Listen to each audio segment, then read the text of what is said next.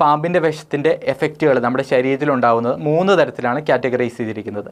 ഒന്നാമത്തേത് cytotoxic effect, അതായത് പാമ്പ് കടിയേറ്റതിന് ശേഷം ആ ഭാഗത്ത് പാമ്പ് കടിയേറ്റ ഭാഗത്ത് അവിടെ ലോക്കലായിട്ടുള്ള ഉണ്ടാകുന്ന പ്രശ്നങ്ങൾ, അതായത് അവിടെ നിറവ്യത്യാസം ഉണ്ടാവാം, അവിടെ പഴുപ്പോ ചലവോ ഒക്കെ വരാം, ആ ഭാഗത്ത് കഴകൾ രൂപപ്പെടാം, നിറവ്യത്യാസങ്ങളുണ്ടാവാം, നീര് വരാം, അങ്ങനെയുള്ള ലോക്കലായിട്ടുള്ള പ്രശ്നങ്ങളെയാണ് നമ്മൾ സൈറ്റോടോക്സിക് എഫക്ട്സ് എന്ന് പറയുന്നത്.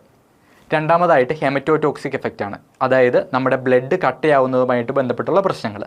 അതായത് നമ്മൾ പാമ്പ് കടിയേറ്റ വിഷം നമ്മുടെ ഉള്ളിൽ ചെന്നിട്ടുള്ള ഒരു വ്യക്തിക്ക് രക്തം കട്ടയാവുന്നതിൽ താമസം സംഭവിക്കാം. ഇത് നമ്മൾ ടെസ്റ്റ് ചെയ്യുന്നത് WBCT എന്ന് പറയുന്ന ഒരു ബ്ലഡ് ടെസ്റ്റിലൂടെയാണ്. അതായത് നമ്മുടെ ബ്ലഡ് ഒരു ടെസ്റ്റ് ട്യൂബിൽ എടുത്തിട്ട് 20 മിനിറ്റിനുള്ളിൽ കട്ടയാവുന്നുണ്ടെന്ന് പരിശോധിക്കും.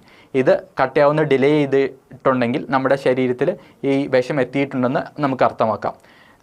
ഈ ടെസ്റ്റ് നമുക്ക് പല പ്രാവശ്യം റിപ്പീറ്റ് ചെയ്ത് പരിശോധിക്കേണ്ട ആവശ്യം വന്നേക്കാം. മൂന്നാമതായിട്ട്